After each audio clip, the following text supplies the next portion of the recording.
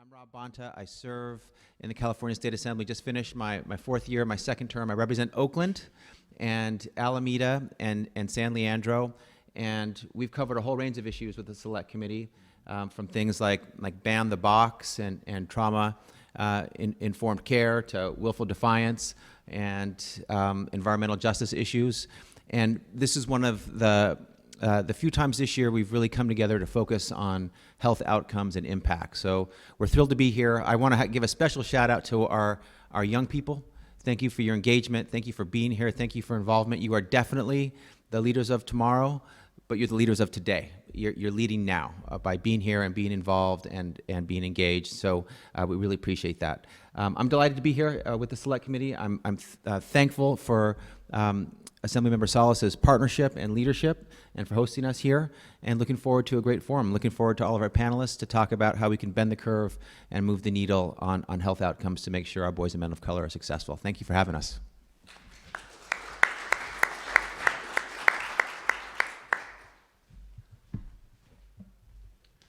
And I, too, am extremely happy to be here today, along with my colleague, Assemblymember Bonta, and we love Rudy Salas to death. I'm sure you do, too. So let's give Rudy another hand for getting this together. So I represent South Los Angeles in the Assembly, and this particular issue about health impacts on our boys and men of color is really personal for me. When I've been raising two of my sons, one is a little older than the other, but while going through the school system there, I was told for both of my sons, ironically, and they're 10 years apart, that they were the term willfully defiant, and that they were a problem in school. And for me, I just felt that they were just strong black men who just spoke up for themselves all the time. And their recommendation to me was, one, if they didn't act a certain way, they would suspend them.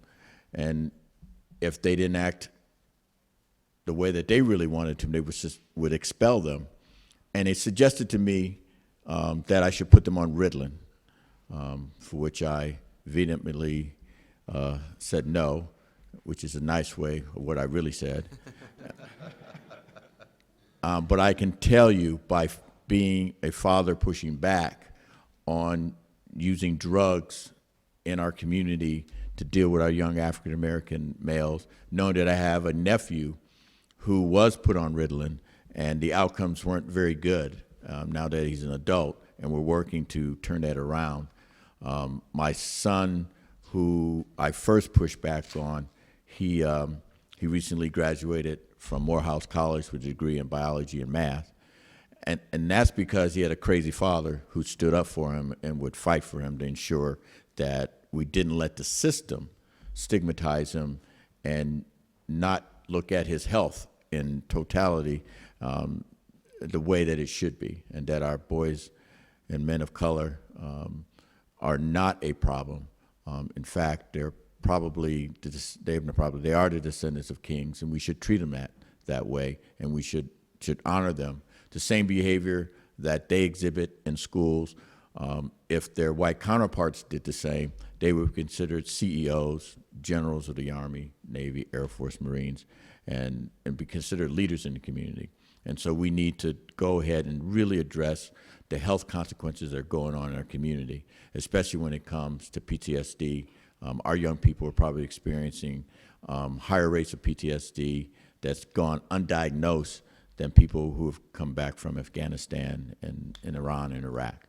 And so this is very, very personal to me, and this is very, very important to me. And I'm so glad that the Assembly member from this area, Mr. Salas, has asked us to come here with me and my partner in this effort, Mr. Bonta, to address this. And hopefully you can give us some ideas that we can then take back to Sacramento. And as Mr. Bonta told you, be careful what you wish for, because if you tell us stuff, we'll actually work on it. So thank you.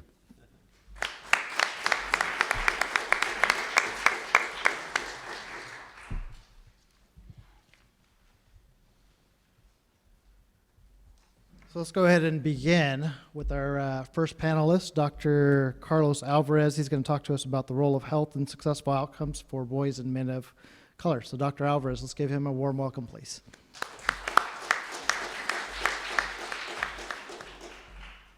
Good afternoon, and thank you for inviting me.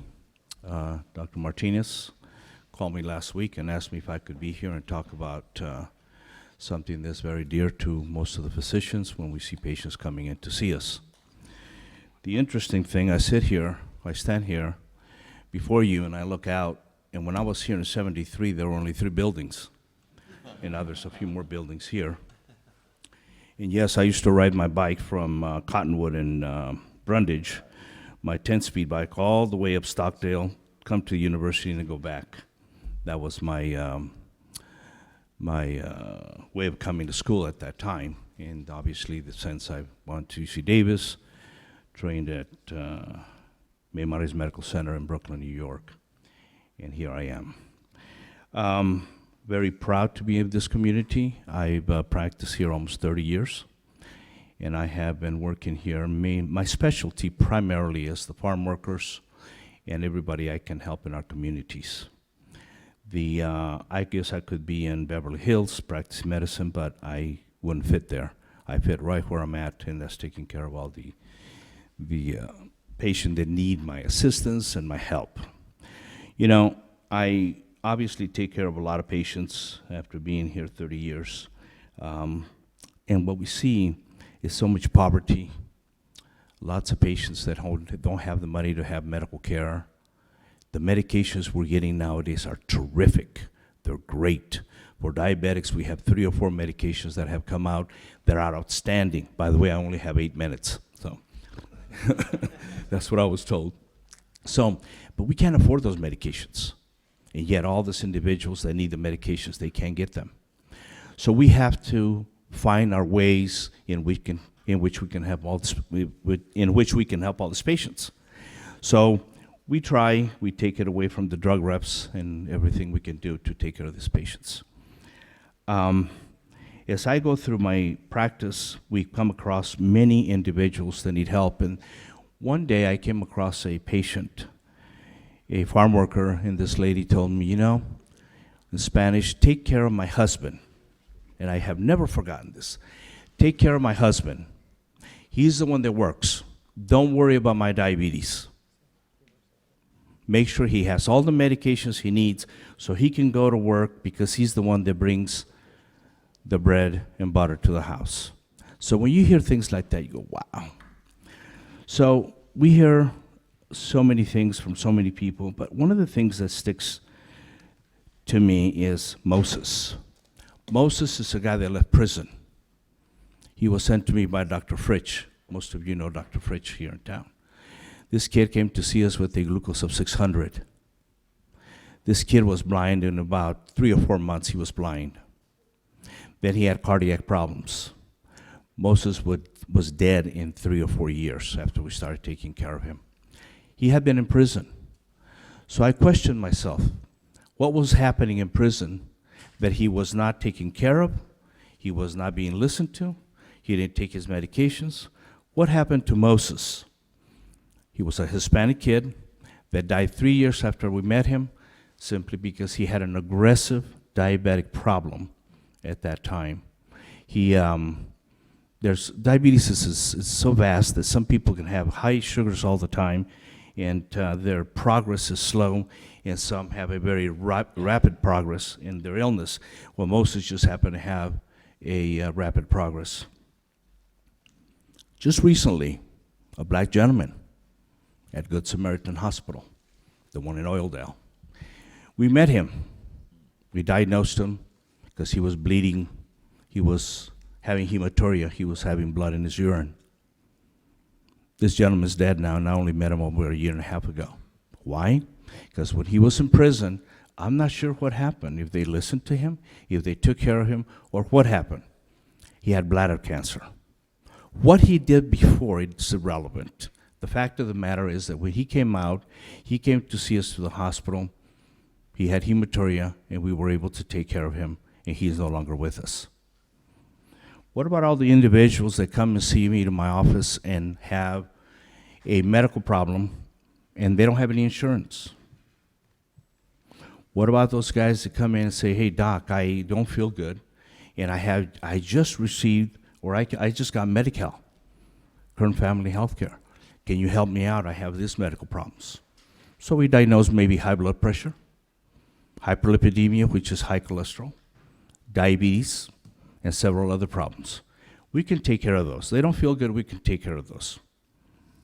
What is happening to the individuals that are leaving the prison system, that come into the communities and go to their homes, go to their families, go to their kids, and they have hepatitis C, hepatitis B, AIDS, viral syndromes? What do we do about these individuals? They are discharged from the prison system with a couple of weeks of medications or an orientation as to where they should go get their medical care. The health department.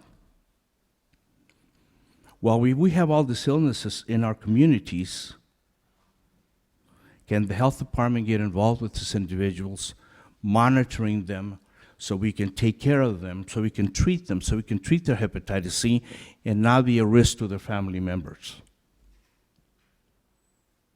So those are some of the things that we see as providers. We're very busy. We're very busy in the community because we have so many patients to see, so many patients to take care of.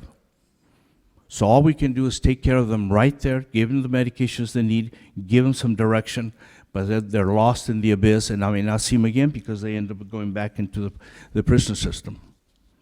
I'm a little dry mouth right now, so at this point, my concerns that I have with the experience that I have with all these patients that come in and see us, excuse me, my water.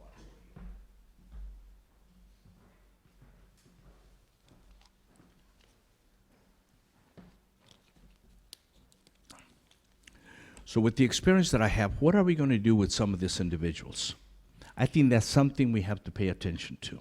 Some of these individuals, they are afraid because they're now in the community wanting to do something good. They want to excel. They want to live. They want to live with their families. And sometimes they're ill and they can't. Diabetes is devastating. AIDS is devastating. Hepatitis C kills you. It's just a matter of time because it gives you the chronic cirrhosis. So we have all these patients in our community with all these medical problems. What are we going to do about them long term? We see them as physicians. We take care of them. And sometimes they get lost in our community. Who needs to take care of them? We need to monitor them so that there's no more contamination. And what I'm going to use is when the gentleman comes home to his wife, if he has hepatitis C, the wife will get hepatitis C or she will get hepatitis B. So we don't want that. We need to look at how we're going to take care of these patients once they leave the system so that we can monitor them, treat them, and there's great treatment. And we're in the United States of America where we have the best treatments available, and we just sometimes can't afford them, so those patients that need them. Thank you very much.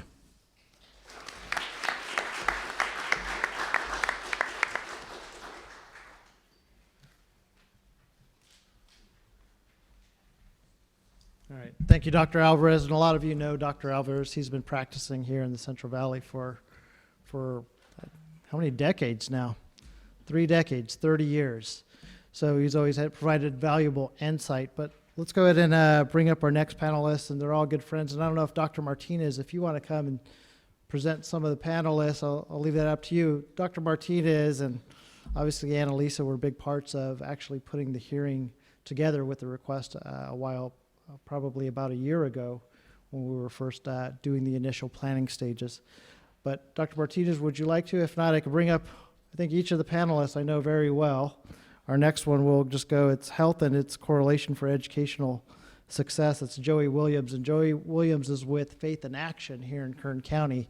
And you'll see Joey not just in panels and in a suit, but you'll also see Joey out in the streets, talking to families, going door to door, and actually finding out what the concerns are. So it'll be, thank you for being on the panel today, and thank you for sharing your insights so that we could share with with the select committee and the hearing exactly some of the things you're seeing out in the community and how we can have some positive impacts, not just here in Kern County, but also throughout the entire state. So with that, let's welcome Mr. Joey Williams, please.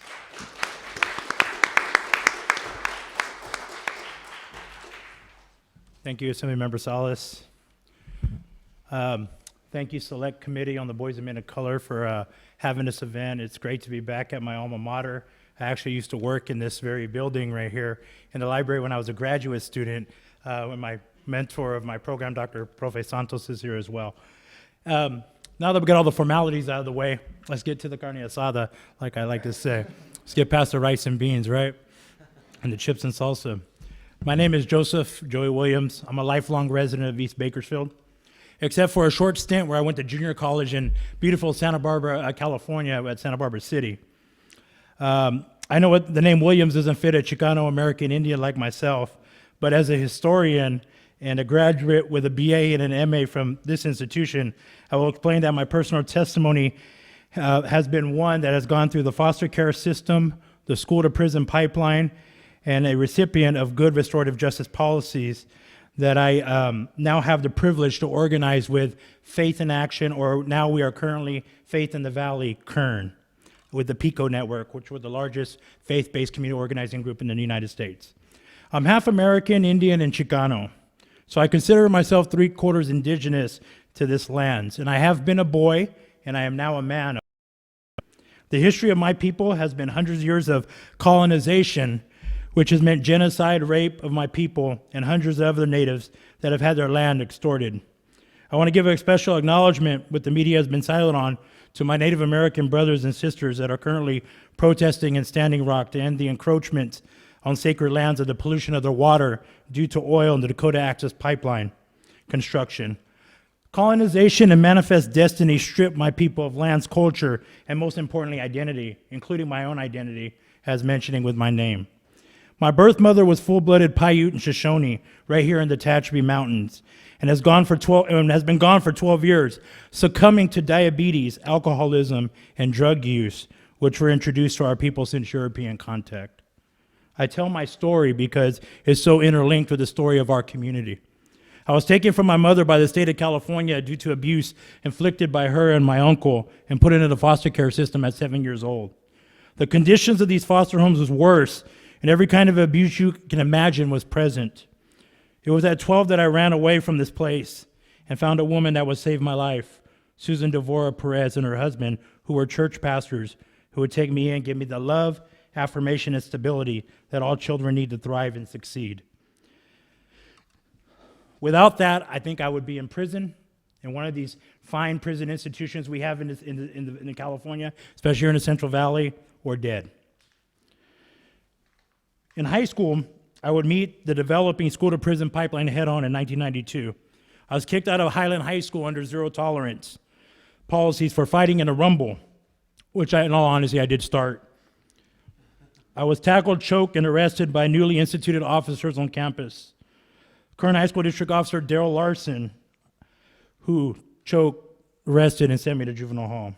I returned the next year as a junior, had a 3.75 GPA college prep. I was a GATE student my freshman year and was befriended by Mike Mintz, Alex Vasquez, and Mike Woods, academic counselors and behavioral intervention specialists, who would then initiate a truce between warring neighborhoods in our district due to the lack of cultural understanding when drawing the lines of the district and the busing of students of color.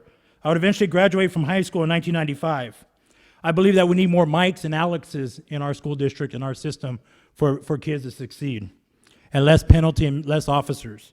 In 1998, I was arrested for a misdemeanor and found with a used amount of methamphetamines. Clearly a poor decision on my part, but not one that should follow me the rest or anyone else the rest of their life. In the Kern County Jail, I was beaten by 6 deputies and charged with a felony. Fighting a tough-on-crime district attorney, I was sentenced to a year in jail and a year of rehabilitation with 3 years of felony probation. Upon successful completion of discharge from probation, I left to Santa Barbara for a new start. I would return to Bakersfield in 2006 to finish my bachelor's degree in history from here at Cal State and got involved in my family's church, eventually becoming a youth pastor. Now this is where it really gets into where we're at today. As a youth pastor in 2008, I became privy to the dropout rates of the high school by my church. South High, which had the highest rate at 25%, so 1 in 4. So as having a youth group of 50 students, knowing that 10 of mine would drop out was alarming for me. You know, I didn't think that was right. Through research and continued organizing with our partners, Building Healthy Community South Kern, Kern Educational Justice Collaborative, and the California Endowment, we have found that there was significant push-out or disproportionate amount of students suspended and expelled, mostly being students of color, primarily African Americans. These students are then tracked to the school-to-prison pipeline due to no diploma, access to good jobs, or higher education. Our organizations have worked and fought the Kern High School District to take our feedback and input on the LCAP, Local Control and Accountability Plan. But our calls for representation on these boards and advisory committees has fallen on deaf ears. This may be due to the fact that we, Faith in Action Kern County and partners, has a lawsuit for racial discrimination against the district. The Kern High School District continues to expel and suspend students at 3 times the state rate. And I believe from personal experience that access to education is the only way for upward mobility, or without it, mass incarceration and death await our students. The major challenges facing our young people are access to quality education, getting gainful employment, and maneuvering a racial profiling police force that may not think twice about shooting them and killing them. These rates are highest for us American Indians, who are killed at higher rates by law enforcement, have the highest suicide rates, and are incarcerated more despite being 1% of the population. We need to improve public safety and policing here in Kern, because currently more people are killed by law enforcement here in Kern than anywhere per capita in the United States. And I'll cite The Guardian for that. I know because I work and do life with the mothers, fathers, and family members who have been victims of deadly force at the hands of current law enforcement. There is no justice, accountability, or transparency, as departments time and time again shoot or kill a person of color with no penalty. I believe new multilateral policies are in order to improve education, public safety, and overall health of our young people and community. Poverty, violence, and strained police and community relations have caused what I call, it's not a clinical term, it's what has been coined, present traumatic stress disorder. It is not past but perpetual. It still continues.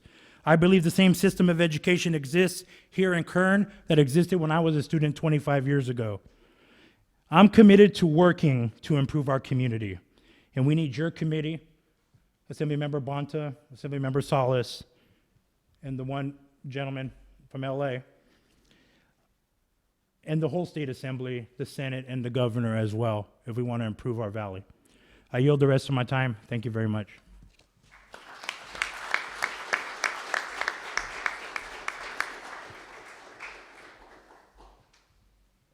All right, thank you, Mr. Williams. I think I heard a little bit of Dr. Santos when you first began in your speech, but also, yeah, that is something that we do need to look at, the multilateral approaches, and so thank you for your testimony. Let's go ahead and welcome a good friend of mine, Camila Chavez with the Dolores Huerta Foundation.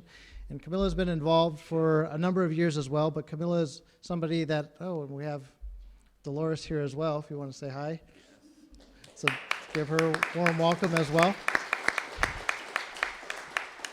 But you'll find them out in the community, and this is what I love about them, is not only do they preach, but they actually go out and they walk the walk, just like Mr. Williams. And I know I see them out in the community, whether it's in East Bakersfield, Southeast Kern, or out on the streets of Lamont or Arvin. And so they are going there door to door. And so I'm sure that Ms. Chavez will give us a unique perspective about the families that she's talked to during her travels and all the work that she does. So let's go ahead and welcome her, and thank you for joining us.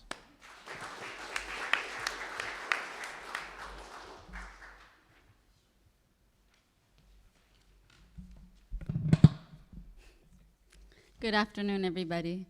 My name is Camila Chavez. I'm the executive director of the Dolores Huerta Foundation and Dolores Huerta's youngest daughter. Number 11. Our community organizing training programs empower people with the skills to become the advocates for change in their community. Based here in the Central Valley, Dolores Huerta Foundation, DHF, our United Neighbors grassroots leaders have successfully advocated for millions of dollars worth of infrastructure improvements and recreational opportunities, increased health access, and local and state education policy reforms. In the Central Valley, we have only built one university during the time that 20 prisons have been built, and another one is currently being built here in Kern County. There is a clear overlap between prisons and the 30 highest suspending districts in California.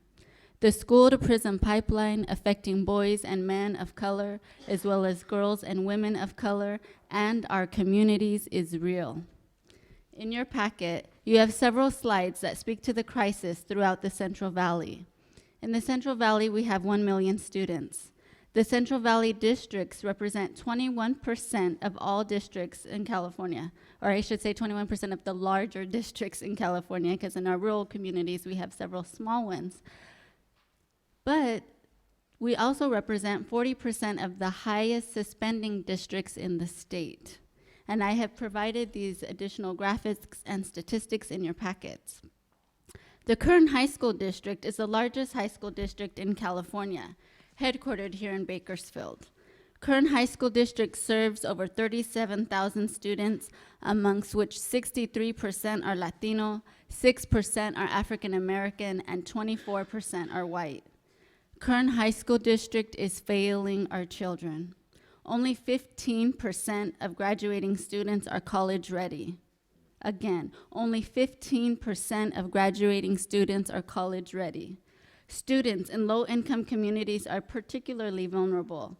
According to the School Accountability Report Cards, SARC, schools on the west side here in Kern County, on average, roughly have twice as many AP courses as those on the east side.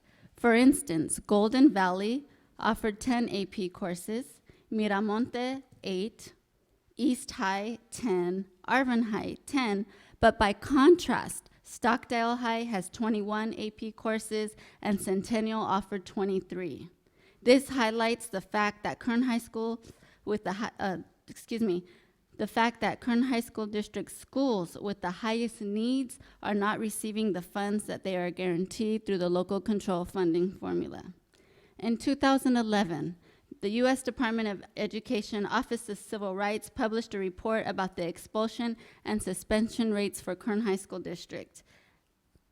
In 2009 to through 2010, Kern High School District reported 2,205 expulsions, which happens to be the entire student population of West High School, my alma mater.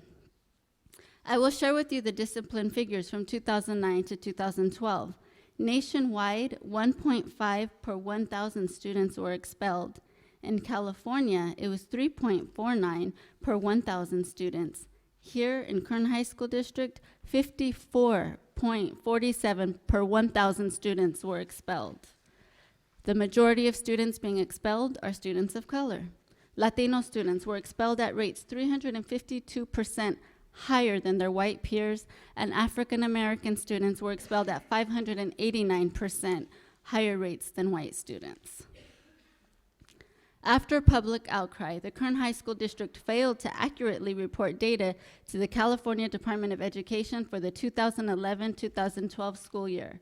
The following year, they reported a 90% reduction in the number of expulsions, reporting that only 256 students for that school year. However, there was no systematic change in the discipline practices.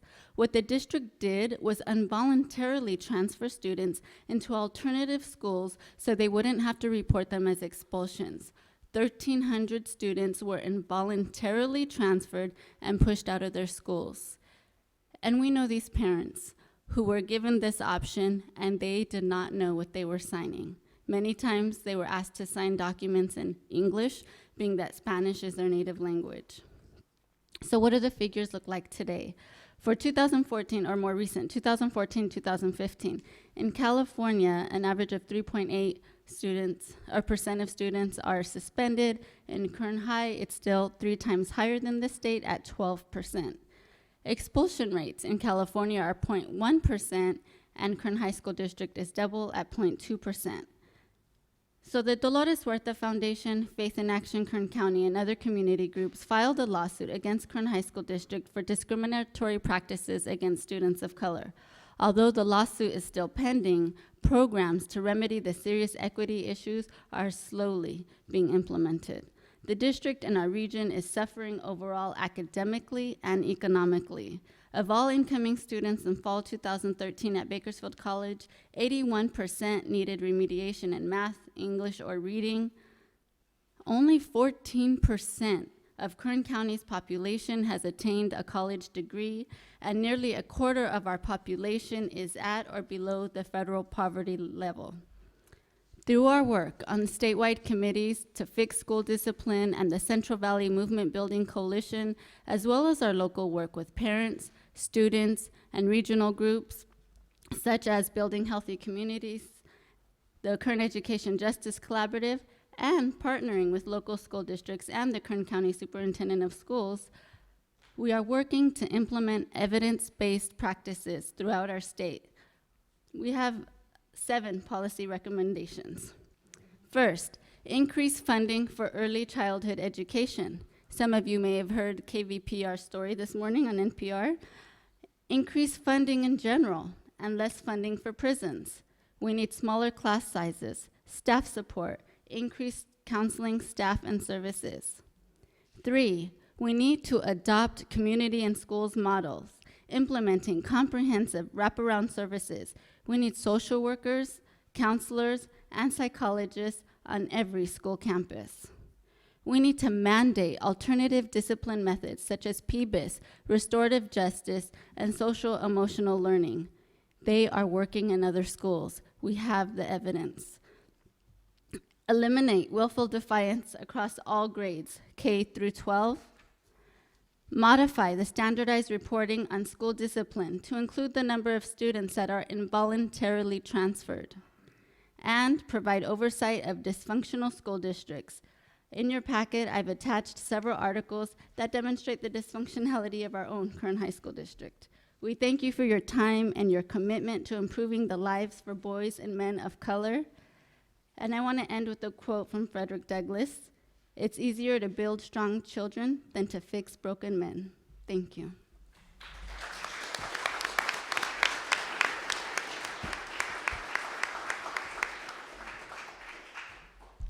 Thank you, Camila. Obviously, we have a lot of work that still needs to get done, and so thank you for that, and thank you for the 7 points and outlining them, because that's something that the committee could take back and we can work on. And I know those are discussions that we've had already, trying to deal with some of these issues, and we do that when we talk about funding in the budget every year. Governor comes out with his budget in January, and we fight for additional funding for the May revise, and then ultimately the budget that gets signed in June. So with that, let's go ahead and call up our next panelist, Dr. Rob Arias. And I met Dr. Arias when he was a superintendent over at the Bakersfield City School District, and some of the issues that we're talking about here today, expulsion rates. I know he had a program with cultural proficiency and PBIS, which Camila just talked about, and perhaps he'll share some of those stories and some of the things that affect boys and men of color and also the health effects. So let's welcome Dr. Arias, please. Thank you.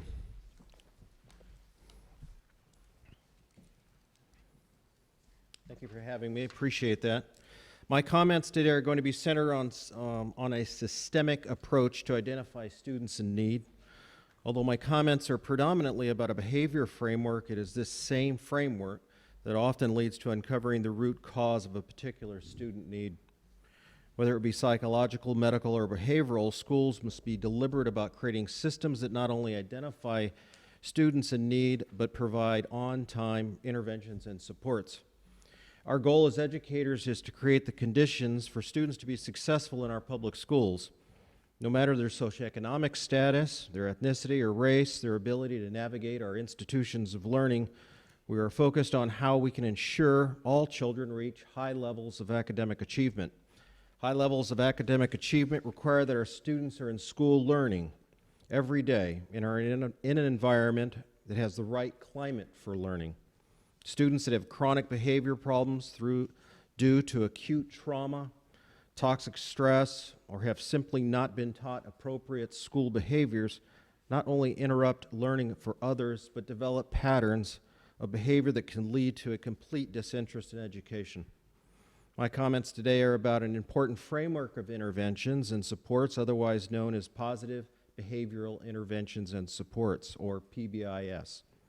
that have shown great success in reducing expulsions and suspensions, resulting in increased time in classroom to focus on public education's first and most important mission, high academic achievement for all students.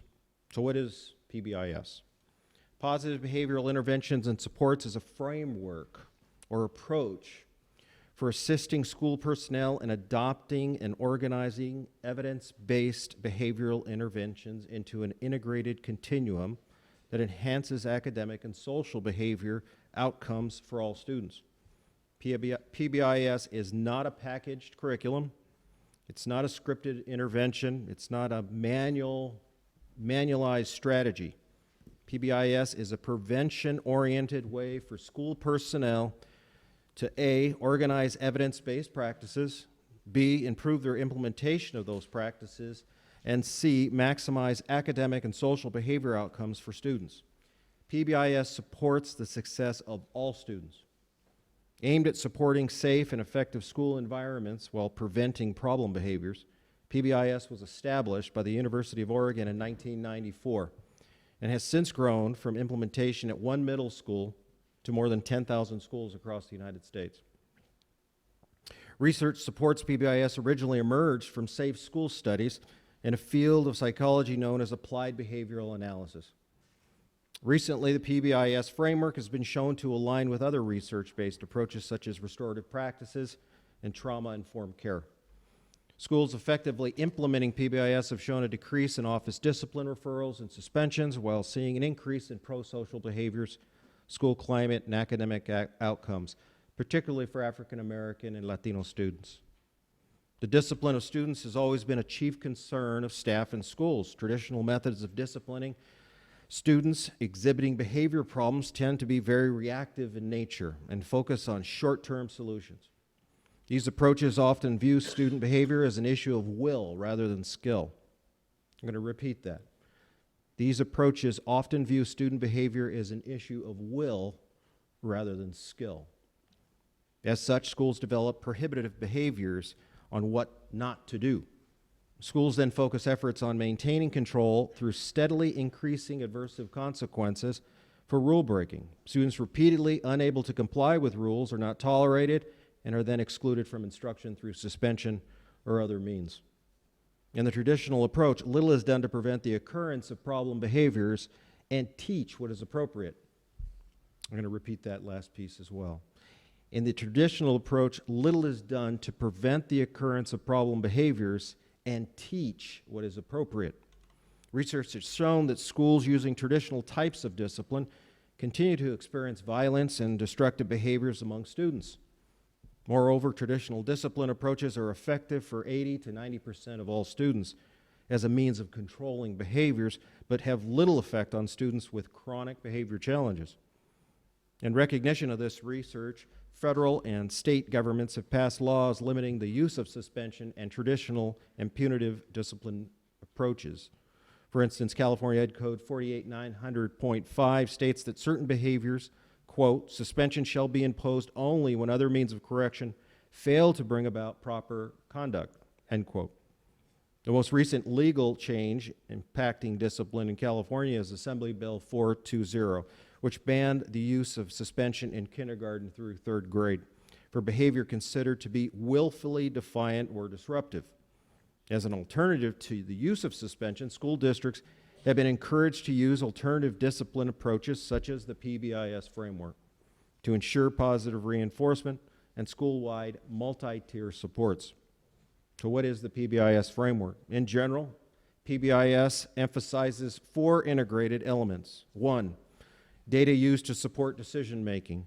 2, measurable behavior and academic outcomes supported and evaluated by data. 3, evidence-based practices that support desired student behavior. And 4, students that efficiently and effectively ensure implementation of practices by school staff. These 4 elements are guided by important principles. We must develop a continuum of tiered interventions and supports for students. We must use data to make decisions and analyze problems. We must arrange the school environment to prevent the development and occurrence of problem behaviors. We must teach and encourage the social skills and behaviors we expect. We must implement evidence-based behavioral practices with fidelity and accountability, and we must continually monitor our performance and progress. The PBIS continuum is divided into 3 tiers of support. Tier 1 includes systems and practices that apply to all students in all settings. These are intended to be preventative and proactive and focus on the explicit teaching and reinforcing of positive expectations.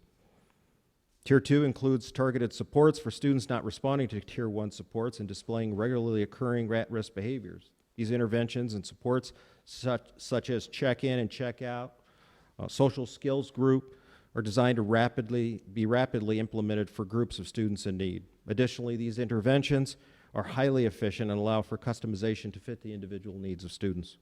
Tier 3 includes intensive support and interventions for students with high-risk behaviors. These interventions and supports are individualized and should be developed by specialized school teams so as to meet the intensive individual needs of students. In summary, PBIS is a proactive approach to establishing the supports, social culture, and environment needed to teach and reinforce expected behavior in all students. It is not a program, a curriculum, positive referrals, an abandonment of consequences, or a one-size-fits-all approach. The Bakersfield City School District, where I was superintendent, is proof positive that a behavior framework of this kind can save instructional time, as evidenced by over 10,000 days saved annually, previously lost to discipline. The most important impact of PBIS is that teachers and students are building stronger relationships, thereby creating more opportunities for students to learn, more opportunities for teachers to teach. If I had to leave the committee with one recommendation, it would be to encourage the sharing of best practices amongst educators, as we do here in Kern County, and resist any temptation to go back to the days rule-driven categorical programs of support as in the past. Thank you for your time.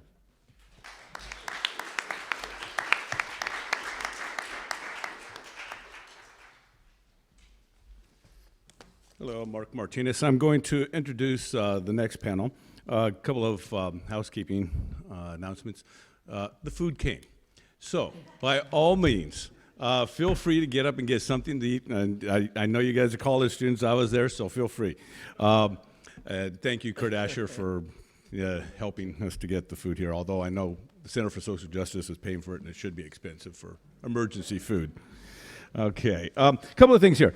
I just want to note for our students, what you're watching here is literally democracy in action. And I think if you look at the people that are here in attendance, those who are on the panel, especially our state legislators, and if you look at the experts that we really have experts here in Kern County who know what they're talking about when it comes to the issues that challenge not just California, but the country when it comes to the challenges that we have for the boys and men of color. And so what we've just looked at, what we've just heard, are many of the challenges that we confront as a community. And I think what we're going to be looking at with this panel are some of the success stories. We're going to be listening to a couple of testimonials, and I think you're going to find these testimonials heart-wrenching, but they're also going to be very informative. And so what we're going to do is we've got 4 panelists, and we're going to change the order up a little bit. Where's Juan Avila? We had you listed first. Okay. We're going to end up with you fourth. You get to close up the shop. What we're going to start off is we're going to start off with the testimonial from James. Where's James at? James White. He is a master's student right up here in front. Master's student from Los Angeles. He'll tell you a little bit about his experiences, spent, I think, 11 years in prison, and he'll talk about a little bit about that, but what he is doing today as a master's student, and he is going to go on to the doctoral program. He'll talk a little bit about the challenges and the successes that we might be looking towards in the future. That will be followed by a presentation from Sal Arias from the Kern High School District, Superintendent of Schools. He is going to kind of put a context to everything that we're doing here, but more importantly, he's going to do a nice little pivot and introduce our next student testimonial. And from Aldo Garcia, where's Aldo? Right up here, and then we'll get to Juan Avila. So with that, James, come on up.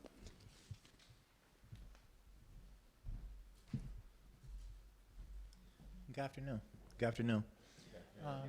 I'd like to thank Dr. Martinez and my distinguished panel for allowing me to speak today. My name is James White, James Paul White III. I'm a master's student here in the sociology program here at Cal State Bakersfield. I hold a BA in sociology, an AA in sociology, and an AA in communications. Prior to my success at this wonderful institution, believe it or not, I was incarcerated at one time. I'll say I was on vacation at that well-known resort known as the California Department of Corrections. And thank you. They're on the installment program. Now, growing up in Los Angeles here, that means my 11 years was more of an in and out. I did 6, and then through violations, even one for crossing the street on a red light, I got sent back to prison. Growing up in Los Angeles, it's a big lure. There's a big attraction to the drug scene and the gang scene. It's not that prior to what some people think that everyone comes from a broken home and all of that. No, that's not true. I came from a 2-parent home. My parents did rather good. The problem is that we're latchkey kids, and there's a lot of that going on. And there's nothing to take you away from the streets. I mean, you see the friends or older friends with the cars and the girls and all that, you get attracted to that. And to me, I look at it as an addiction. It's a problem. It's like being addicted to some type of drug or alcohol. It's the same type of thing. You have that rush. And many people don't really understand that to combat that, you need some sort of medical plan. I mean, I myself suffer from post-traumatic, I'll say, street disorder, not stress disorder. Because there's something that still calls you back to that. I mean, I still have the same friends, same family members, but you need a break in the cycle. I know when I was a youth, way back in the 80s, when I was a youth, the gang thing really exploded during crack in 1984. And I actually wanted to go to prison. We wanted to go to the youth authority or to prison because you wanted to prove your manhood. That made you a man. For some reason, going to church and being a productive citizen and following in Cliff Huxtable's footsteps, we don't want to follow those, but you know what I'm saying. In those footsteps, you didn't want to do that. So the thing is, you need certain organizations that will start at school on the elementary level, not just organizations that's going to kick kids out and crucify them for certain acts. When I was in 10th grade, my mother was told to put me in continuation school. I mean, I was an all right student until I quit, but that's the answer to everything.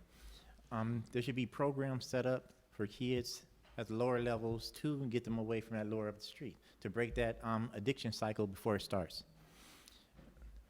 Prison is not a good thing. I myself, my kidneys failed when I was coming out of prison, and thanks to I'll say the staff here, for some reason, once I got to BC and then here, maybe my charm and I'm so charismatic, that the staff, they worked with me through my kidney failure and I graduated and everything. But you're not getting the right health care in prison. And a lot of the youth don't know that. But the thing is, it starts, I won't even say at home, because a lot of parents can't do or deal with the type of situations that are going on in the community. Because one, they have their own problems. So these children are just left out there. They're not going to take care of them in prison. I mean, I went to prison, a fully healthy individual. When I left, I was in terrible shape. I mean, I look good. I mean, I look good now, but I look good then. Because they're not giving you the health care there. They're not giving you the education you need. I mean, we used to call the classrooms the romper room, because whether you're on a college level or you can't read, they're housing you. They'll throw you all in the same classrooms. But in order to combat this, we need to start in elementary school and let them see people that they relate to. People in their communities that, hey, this guy, that was my homeboy, but now he has this degree, or that degree, or that was my homegirl and she's doing this. A lot of the times people get confused, and you're going to these neighborhoods and you're talking to these children about everything that they're doing wrong, when you need to talk to them about what they're doing good. Quit already making them into inmates and convicts, and understand that they're children. You have to compete with the streets, because and it's not the McDonald's jobs that's going to get it. Because if you have a child that's going to make whatever minimum wage is now, when I was a youth, it was $3.35, I think, something like that. I don't know, never had a job. So because someone offered me a better opportunity, we need to offer them a better opportunity and let them know the pitfalls of going to prison and being in this lifestyle. But we have to start and treat violence and gang membership as a disease. And it starts with all of us. Thank you.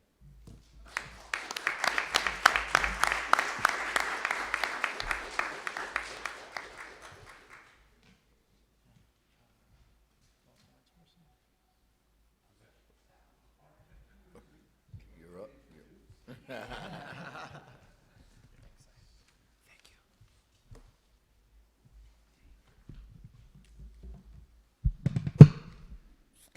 Hello, good afternoon. Can you guys hear me back there? All right, good. I apologize because I'm not very well spoken like everybody else. I'm just going to shoot it real, okay? So, good afternoon, and thank you for inviting me here to speak on behalf of our program. My name is Sal Arias. I work for the Kern County Superintendent of Schools in a program called Project 180. Project 180 is a gang prevention and early intervention program help at combating gang violence in the community of Kern. We're funded by the County Board of Supervisors, but Project 180 has taken a little twist, and I appreciate James going before me and talking about a medical model approach to solving this, because we too do see it as a disease. As our kids are getting sick, they have something like cancer, and they don't know they're getting worse. They just keep going that route, and before you know it, they have stage 4, and they're gone.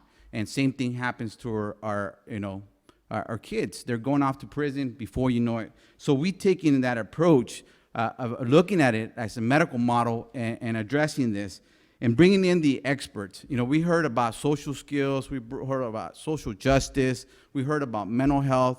And so, of course, I'm gonna sell my pitch in regards to who I personally believe is in the best position to address these issues.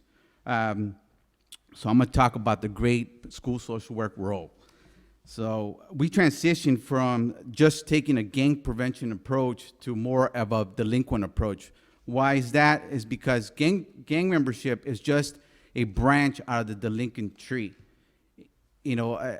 Gangs do not recruit from the streets. They recruit from a pool of delinquent students, from kids who are getting in trouble, and the more antisocial you are, the more likely you are to get recruited.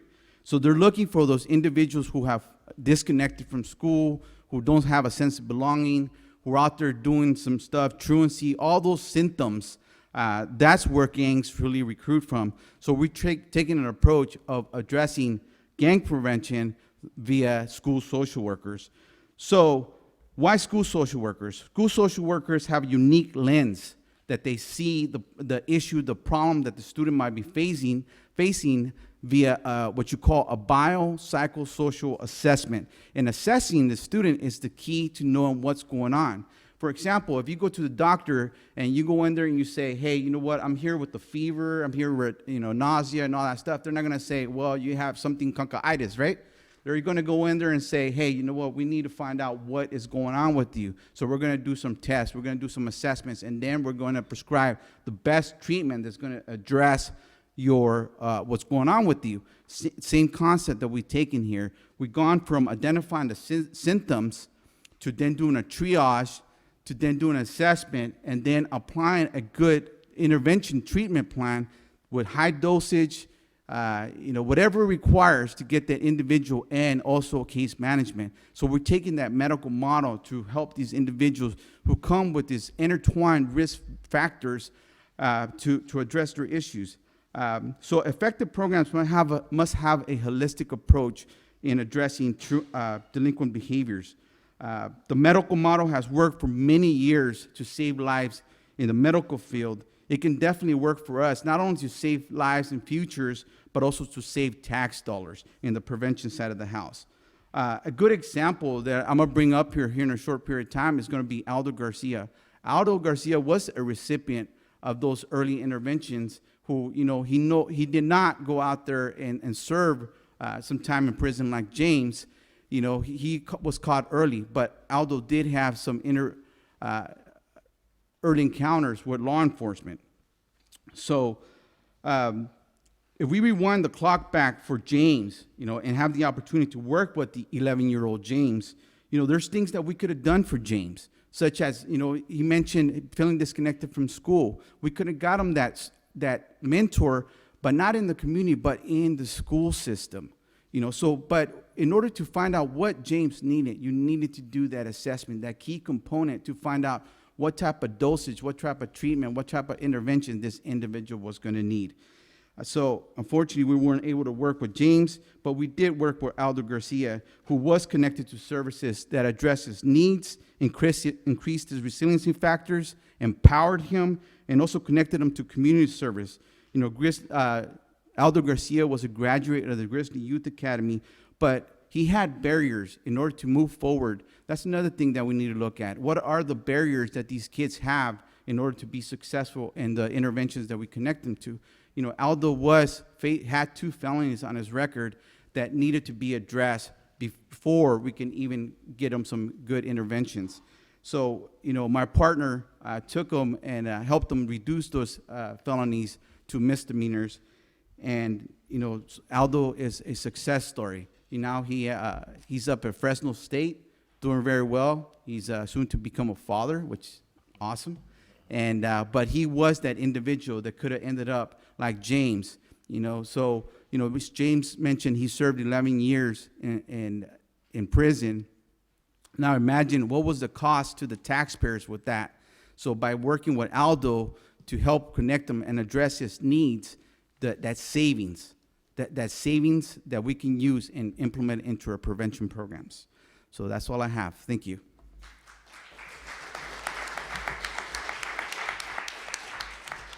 Well, thank you, Sal. And if I had introduced Sal, I would have said that he was a United States Marine. He's worked with my wife, Wendy Avila. Many of you know her, Assistant District Attorney, who has wonderful things to say about working with Sal and the energy and the commitment that he brings to the community. Thank you, Sal. Our next speaker is Aldo Garcia, and I think Sal did a good enough job of introducing you. What he's become over the last few years, and especially with the assistance of people like Sal. And so with that, I'll let Aldo come up and tell his story.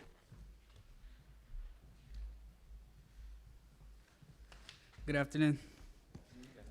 I wanted to thank Sal Iris for inviting me down here, and I'm having the pleasure to share my story with you guys. But what I wanted to do was, kind of rewind back time and want you guys to walk with me as I made this transition and why intervention was so important in my life and in regards to James's story. So when I first started this whole process of intervention, there was this diagram that was shown to me, and it was essentially a fork on the road. They had my choices, and they were very detailed. Either I keep going the way I'm going and ultimately end up in prison or dead, or I completely change my life around and, get educated, find the resources, which they were in my hand with Project 180. So I want you guys to kind of walk with me so I can show you guys the importance of these programs, agencies that target at-risk youth. So before any of this was actually introduced to me, I had no good support system. I had nobody to teach me to dream, to believe that I could succeed and go further with my life than with any of my family members that were actually involved in gangs and drugs out in the community. So when you're talking about health in the community or health, it is important to target these at-risk youth and fund these programs, increase the amount of staff and hours that goes into this, because although we need law enforcement, what message are we sending? Is the increase of law enforcement actually decreasing criminal activity? Is it rehabilitating inmates? Is it providing guidance to the youth? If so, how effective is it? Are we actually gaining ground? Are we cutting the problem at the root? Are we letting it develop and ultimately end up in prison or dead? With my story, I did go to juvenile hall multiple times. I did get expelled. I was shined off at the sign of any type of problems in school. So it was up until I had access to these type of programs that I was able to start. But then again, is this type of information getting out into the communities? Are more students out there, more at-risk youth, are they aware? How approachable are these programs? I think there's a lot that needs to be thought of. A lot of work that needs to be done in order to keep implementing these programs, in order to keep targeting the youth and progressing, and ultimately saving money for our community. So with that being said, I'd like to thank you guys for having me out here, and giving me the privilege to share this with me and inform you guys on why it's so important that these programs are out here. Thank you.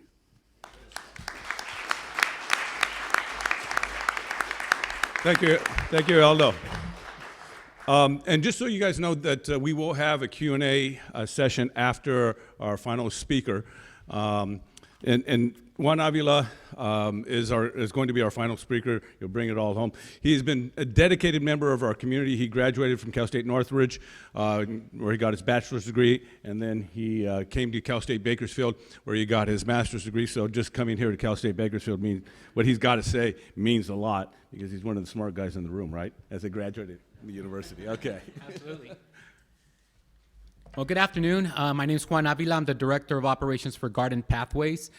First, I'd just like to thank Annalisa Robles from the California Endowment and Dr. Martinez for inviting me here to address our Assembly members. On behalf of South Kern Sons and Brothers, I'd just like to extend a thank you to Assembly Member Rudy Salas for engaging with our youth when they were up in Sacramento at the Free Our Dreams conference. Thank you very much. It just really meant a lot to them. So, Garden Pathways, first and foremost, is a community-based nonprofit organization established here in Bakersfield that provides comprehensive mentoring services to youth and adults that are facing many life challenges. And some of these individuals are either facing challenges with incarceration, past incarceration, substance abuse, abandonment issues, and even some of the things that we don't think are crucial. It could be a divorce. And so through evidence-based trauma-informed mentoring, we build these long-lasting, trusting relationships with these individuals that initiate the healing process, mentally, physically, emotionally, and spiritually, which we found are very important when we talk about trauma-informed, when we talk about social-emotional. It's a very important first step as these individuals are pursuing more education or employment. Now, I'd like to share a story of one of our mentees. We don't call them clients or participants. We call them mentees because we're a mentoring organization. His name is Curtis, and he was chronically homeless. What that means is that he was unsheltered. He was actually living over at the old Montgomery World Plaza, and he would travel with his bicycle. And now this individual actually had a pretty good life, but because of certain mishaps in his life and alcoholism, he ended up homeless. Went to Garden Pathways and started to receive our services. First through our mentoring relationships, eventually getting him to a point where he can develop a resume, interview, and go look for employment. He landed an interview with a local contractor to become a heavy equipment operator, making $46 an hour. Landed a second interview. Again, these individuals are really liking him. His second interview consisted of him going in a truck over to a field, getting in a big backhoe, and they asked him, could you dig a 6-foot trench? He said, absolutely, with my eyes closed. Dug a 6-foot trench. He said, that's really good. Could you fill it up? He filled it up. I said, you know what, you have the job. Go to the office and we're gonna give you the paperwork. So they gave him the paperwork so that he can do those W-2s, I-9s, and a small piece of paper that said you need to go do your physical. He thought he had it made. He went to go do his physical, and the doctor said, I can't release you. You have an herniated belly button. So he came back to our office and said, I don't have health insurance. I can't afford a procedure to fix my herniated belly button. What do I do? The employer said, I'll give you a month to try to get it fixed. And if you get it fixed, this position is still yours. He couldn't get it fixed in a month. And so After the passing of the Affordable Care Act, Garden Pathways partnered with the California Endowment and Building Healthy Community Partners in an effort to conduct outreach and enrollment to individuals that were now qualified or eligible for health care, whether it was through the marketplace or Medi-Cal. Garden Pathways' primary role was to focus on the hard-to-reach populations, those individuals that were homeless, single adult males, or individuals that were formerly incarcerated. Then with the passing of AB 720, which changed the Medi-Cal eligibility process for those that were incarcerated, especially the application process, meaning that now we can get it started while they're incarcerated, Garden Pathways reached out to the county to discuss options and opportunities for collaboration. Small little nonprofit came to government and said, we want to partner with you and we want to develop solutions. This was important to us, especially for those individuals that are incarcerated and also in need for mental health services. Having in the old system, an individual maybe receives mental health services while in custody, and as Dr. Alvarez said, they get released with a few weeks or few days of medication as they start to organize how they're going to continue to receive their medical needs or how they're going to meet their medical needs. Many of these individuals in the old system did not follow through, if at all, were eligible for any type of health care coverage. And so the only option that they saw was self-medication, which then led to behaviors and activities that landed them back into prison. And a lot of the individuals that receive mental health services were considered what they call frequent flyers, meaning they're out and they're right back in. So for us, it was very important to build a process that had immediate access to mental health services and medications for this population. So we developed this great partnership with the Department of Human Services here in Kern County, the Kern County Sheriff's Office, Kern County Probation, Kern Medical, the Department of Mental Health Services, the County Administrative Office, and the California Endowment. Together, we planned a healthcare enrollment process for incarcerated individuals. As soon as the state provided a directive to the counties, we were able to pilot our process. And so we made several adjustments, worked through all the kinks, and a lot of the barriers that were even implemented through the system, such as proof of identification and communication. But together, we were able to expedite the process to activate Medi-Cal for these individuals after release from 60 to 90 days to days and sometimes hours. So we've developed this great process, and since we've been doing this work, we've actually, just Garden Pathways alone, we've enrolled over 2,000 individuals, of which over 1,600 of them were males, and over 1,600 of them, which is 78% of them, were formerly incarcerated.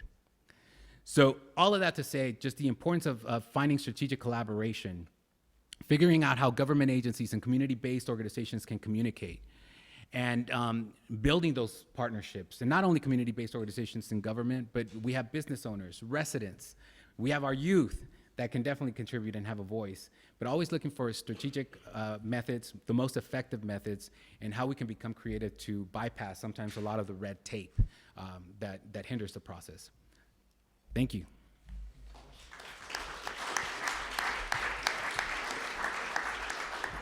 Thank you, Juan. Now we move into the Q&A session. It's going to start with the assembly members, and then we're going to open it up to the public. And so I guess we're going to start with Assembly Member Bonta or Assembly Member Jones-Sawyer Sr. How would you guys like to do that?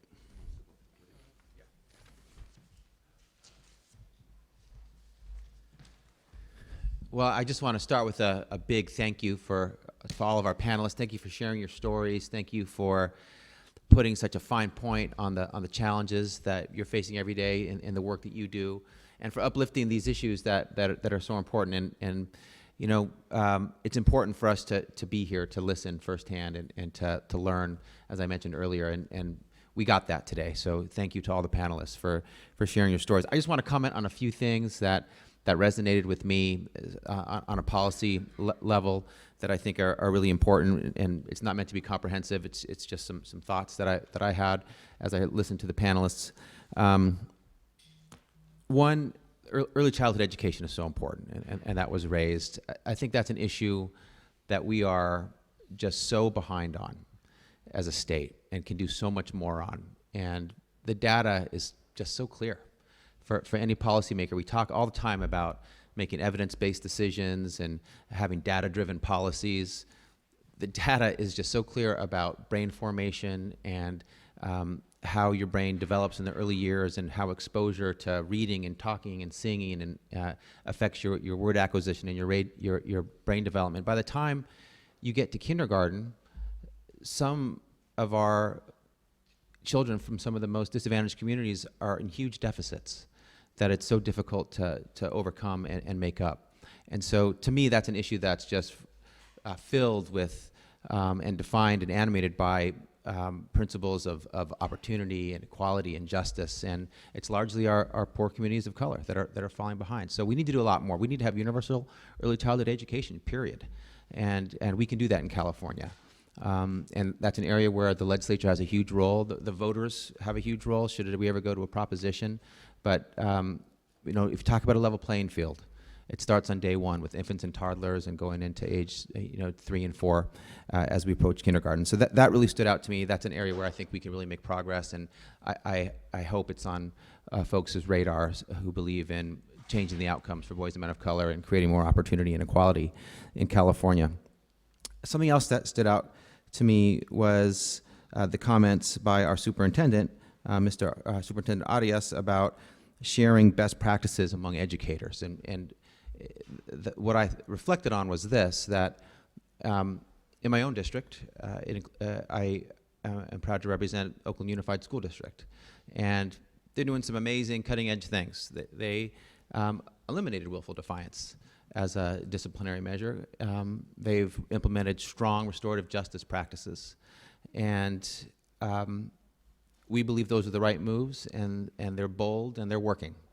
So how do we get that out to other school districts? How do we share that the sky doesn't fall and the world doesn't stop spinning when you make transformative change like that, and when you're bold and courageous and do the right thing by our students? So it stood out to me. I'm sure there are many areas for dialogue and interaction, but when someone takes that brave step and leads, I think it's really important to be able to share that with others who may be worried about change and moving first, and share the data again and show how there are positive impacts on kids, and that it could be a good thing for others to take on as well. So I agree that we need to share best practices and allow our leaders to be able to share what they're doing with others throughout the state.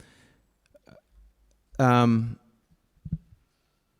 also wanted to just share a reflection that came out of a prior select committee on the status of boys and men of color hearing, and it was when all of our youth came to Sacramento at the end of the legislative session just a few weeks back.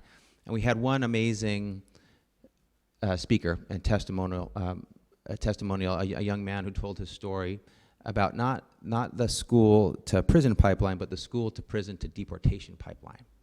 And what that connection between law enforcement on the one hand and ICE and our immigration system on the other has meant to many of our community members, and how law enforcement tipping off ICE or communicating with ICE has led to victims in our community, witnesses in our community become victimized all over again when they are referred to ICE and deportation proceedings are commenced. So I just want to highlight that, also highlight one of the bills that was a top priority for the Select Committee on the Status of Boys and Men of Color, the Truth Act, which requires more transparency and accountability around what our law enforcement agencies throughout the state do in connection with ICE.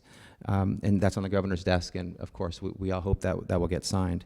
And then also just want to share that since we're talking a lot about health and we're talking about it in a broad way here, one of the top priorities of the Select Committee and the endowment has been health for all. And that's something that we have been leading on in the state of California. It means that everyone in California deserves access to high quality, affordable health care, regardless of immigration status, period. Undocumented or documented, health care is a right, not a privilege. It's for all, not the few. And so we need to get that out to as many folks as possible. And we've made progress in that area in the state of California. For the first time in the history of this state, we provided health care for our children under Medi-Cal, regardless of immigration status.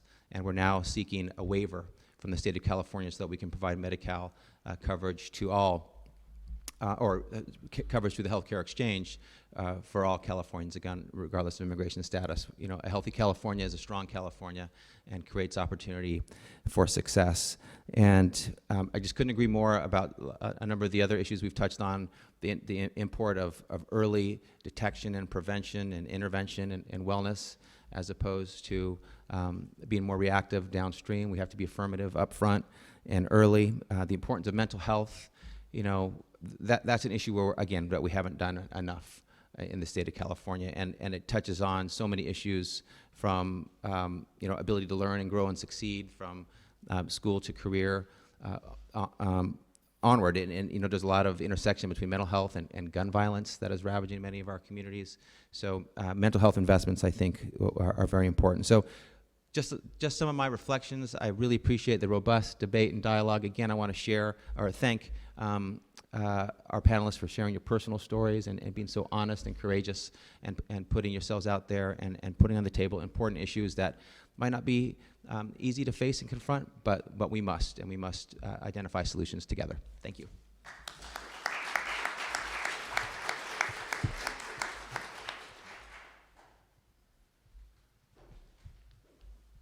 And I want to say that every time Mr. Bonta and I come to one of these, we learn something. And the thing that, as the former chair of Budget Sub 5, which handled the budget for the prisons, the Highway Patrol, I thought we started to get a handle on the health care of the people we incarcerate. I do know, for example, we were under a consent decree, which specifically attached to the fact that people were dying in prison for lack of medical care. And a three-court judge came in and said what we were doing was not only criminal, it was just inhumane, the way we were treating our prisoners. And so we were under a consent decree to change that. And listening now to people who've been in prison, it became crystal clear to me that we still have a lot more to do.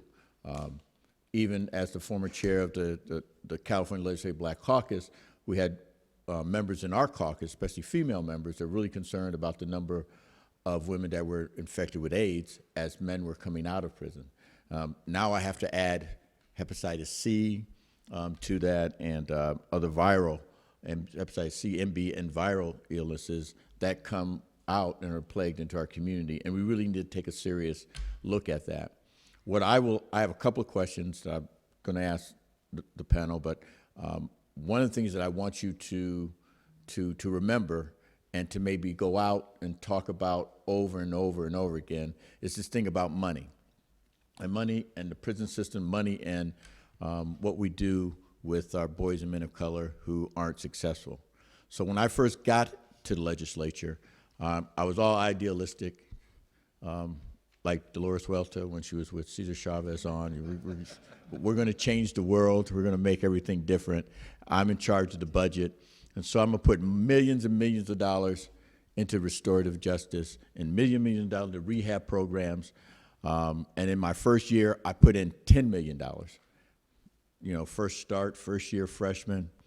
It got all the way to the governor's desk and got put out like that.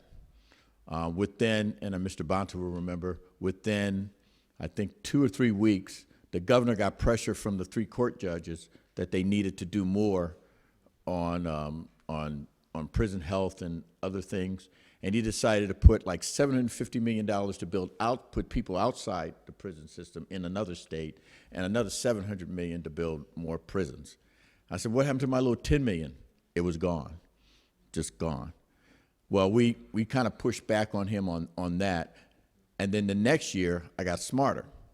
And so I went to my Democratic colleagues and my Republican colleagues and said, look, we have 135,000 people that are incarcerated. We spend about $65,000 a year on each one. If you just take out 2,200 of them, I can guarantee you $11 billion back into the general fund over 10 years. At the end of that year, they gave me $100 million for rehabilitation programs across the state. You can clap on that.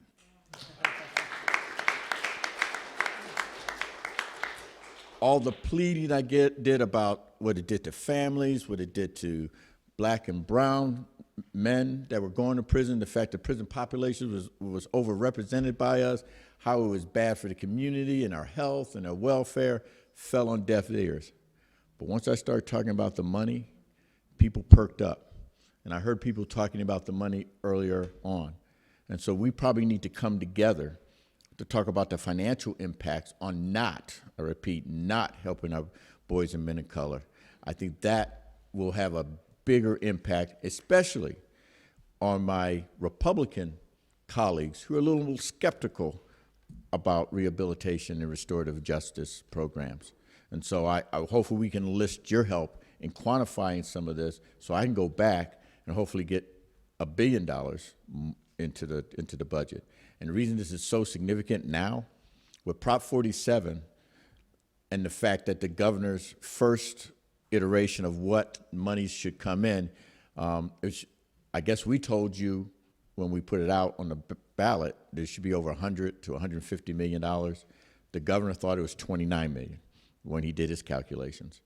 I think his calculations are wrong, and we need to put some pressure on him, because if we don't get the money, we're going to be back here again and again and again trying to put in money to do all the programs that these great people are talking about.